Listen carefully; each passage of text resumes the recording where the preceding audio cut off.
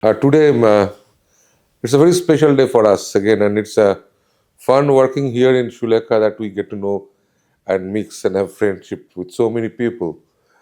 And today, we have among us our very near and dear friend, Mr. Vikram Ezung, who has come from all the way from Nagaland. He has come for some other official purposes, but he has made it a point. He called me yesterday actually and said, I would like to love to spend some time in Shuleka. And this time, on our request, he has brought some of his uh, old paints and now some of his vintage collections. He is, as usual, a fountain pen lover and very enthusiastic about that. So today, I just thought that I should take this opportunity to hear from him his experiences, why he wants a fountain pen, why he loves a fountain pen, and what are his plans. It's a pleasure to be here at Sulekha because, you know, Sulekha was a part of my life from my childhood days. That time it was only a name, Sulekha Inks. Uh, but I am also very grateful to God that today Sulekha Inks are just not a name, but they're my friends. And it's thanks to Mr. Kaushik that I feel part of the Sulekha family myself. Thank you. Not only as a user but also as a friend and a party to it. So I'm very grateful for it. Of course, like he said, my main purpose of coming to Kolkata is something else. But since I am here and it's a God-given opportunity, and this has been actually like, if I am not wrong, Chomda has been insisting for a very long time. So fortunately, it's happening today. So I'm very glad. Uh, I don't want to go into a long monologue, but just wanted to clarify on a few points. Uh, as a pen collector, my journey might have begun in the school days. I did my schooling here, and in school, in our times, it was compulsory to use fountain pens. In fact, there were hardly people using dot pens and ball pens at that time. Mostly, it was fountain pens, and initially it started by you know uh, the school authorities forcing us to use fountain pen, but then it became a way of life. Writing with a pen became natural.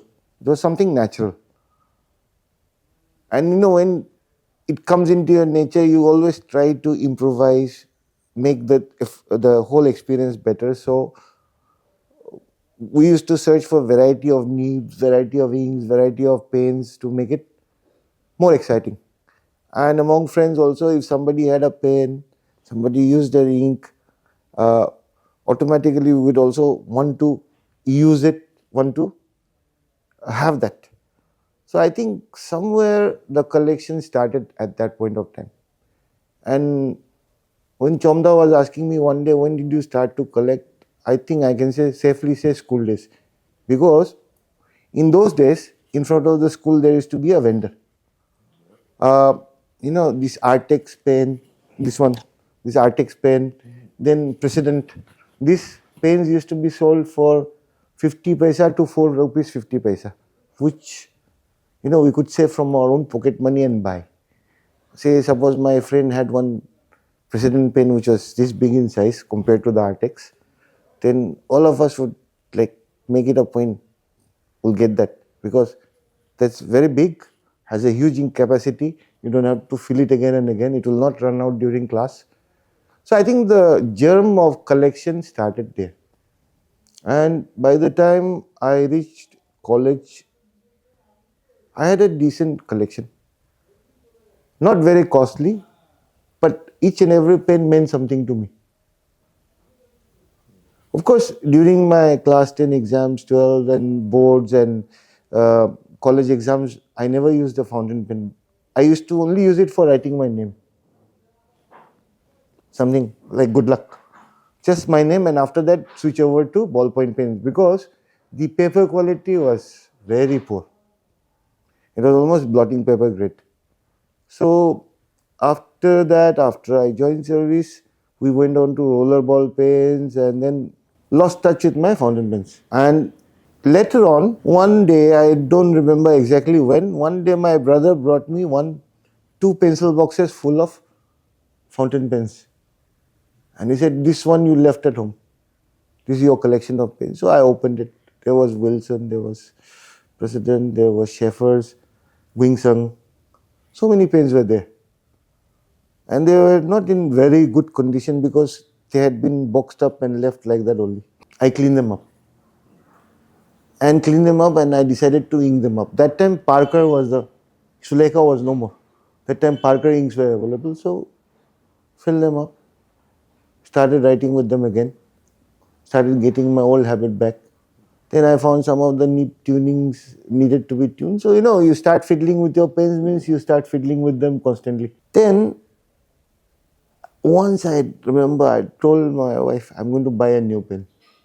I'm going to add. That time I had 20, 25 pens or so. I told her I'm going to add one. She said, nobody uses. I said, I want to. Then she said, okay. I think we were in Kolkata or we were in Delhi. I don't exactly remember, but I purchased the Metropolitan, Pilot Metropolitan. And with Pilot Metropolitan, I think I purchased the Amairo ink. And then again it started. Okay, so it started. Then I used to get gifts also. People know that I love pens, so I get some pens as gifts. And like that, Christmas gift, birthday gift, pens start coming in. And then, of course, you are there. Got a lot of them also from you. So that way the collection started growing. And then, of course, I started adding a few pen that I like. But vintage pens I didn't collect in the beginning. I had some. I had some old pens from my mother's collection I had. But I never went out to search for vintage pens. But then I was actually always looking for one pen, okay? That is the Pilot E95, not the E95S, the old one. My mother had one, aquamarine in color. And I remember in my school days, I quietly took it out of her cupboard to use. So she used to use the Chelpar green ink. Okay. The Chelpar green ink was my mother's ink. But we never used green ink in school. So my thing was I emptied it, filled it with blue ink, used it in school, and I was quietly replacing it back. But before that, I had to empty it and clean it up properly so that no trace of blue ink remained. And I broke it. Broke it. I broke it because I didn't know how to open properly. Okay. That I was trying to take the feet out or something. I broke it. It broke. I put it back just like that only. But in my heart, I had always the wish to replace it whenever I got a chance. So I started searching for it very badly. And then I found one. I found it. But while doing that, I also got to find many vintage pens, some in very good conditions, some in not so good conditions. And I started taking a few in thinking that maybe I can also, tune them. So like that, some of my vintage pen collection also has grown. And of course, I have vintage pens from my parents also. They used to also, and they also kept them very nicely. So it's very nice. My father's vintage pens, his writing angle is quite similar to mine. My mother's writing angle is a little different. So that adjustment is still there. I'm not tuning my mother's pens. I just left it like that.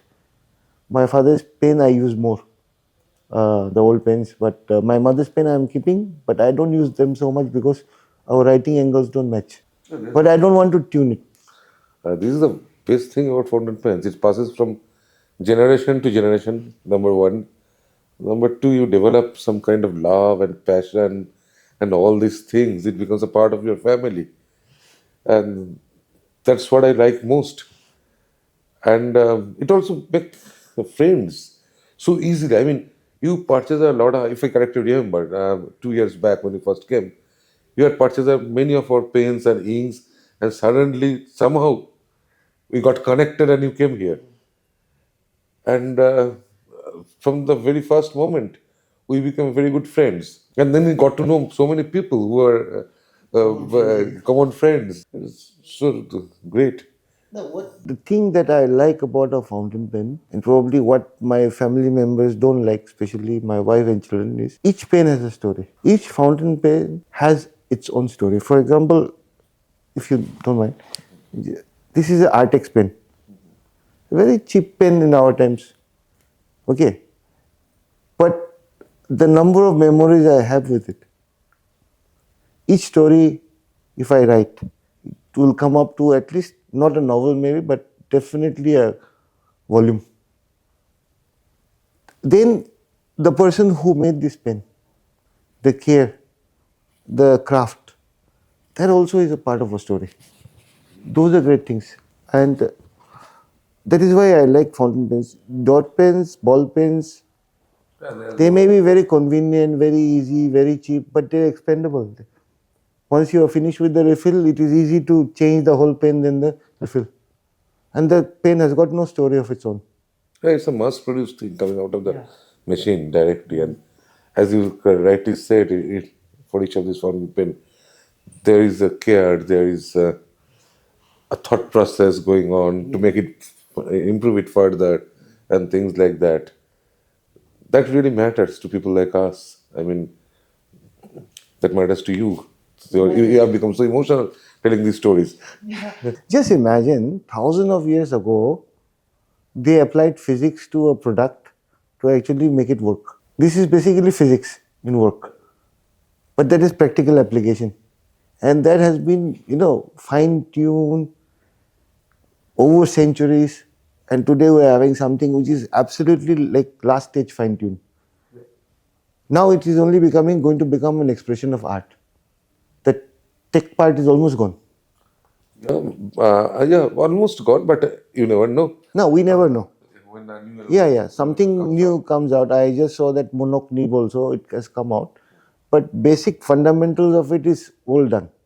Anything which will be reject will be on that fundamentals, little bit tweaking. Actually, now what's happening, the applications are also changing. I mean, our young days, we used to use these pens only for writing purpose, mostly for writing purposes. Now sketching, now calligraphy or good handwriting, things are coming up, and so you need different needs altogether, specialized things, and doodling, journaling, and all these things. So so people are becoming creative. Young generation, this is a very good tendency I can see among young generations. They're becoming very creative of late, and they're using fountain pen a lot. Now, that is what I also always hold in my heart, that expression or creativity is the epitome of scientific journey. The journey of science will only end in your expression of creativity. And now these pens, especially those who journal, I've also seen a few journals, and I would say that they are lovely, lovely, lovely. And they are inspiring. The pens, the specialized nibs and the calligraphy apart, it is not the form, it is not the color only, it is what that form and color expresses. And those expressions are beautiful and unique. And I think in that, the pens are also acting as a good medium of expression. They used to say pen is mightier than the sword. I think it still is. Yeah. The keyboard is there, but will never replace it. It can't. You said in the very beginning that when at the time of giving exams, the paper color was very bad at that time, and you were using dot pens, which you didn't like, of course. But you used to write your name with a fountain pen because it's a sign of a good luck to you. Yeah, good luck, comfort. Even now, also, like if I am to write my name or something, I would use my pen. Because, okay, there is one more thing. Name is me, my expression. And my expression comes out best with a fountain pen. My handwriting reflects me, good or bad, but that is best expressed when the tool I'm using is best. With a dot pen, I never have that confidence, never am feeling comfortable enough. That's why probably I write my name with my fountain pen. Very interesting point, very well said, and that's great.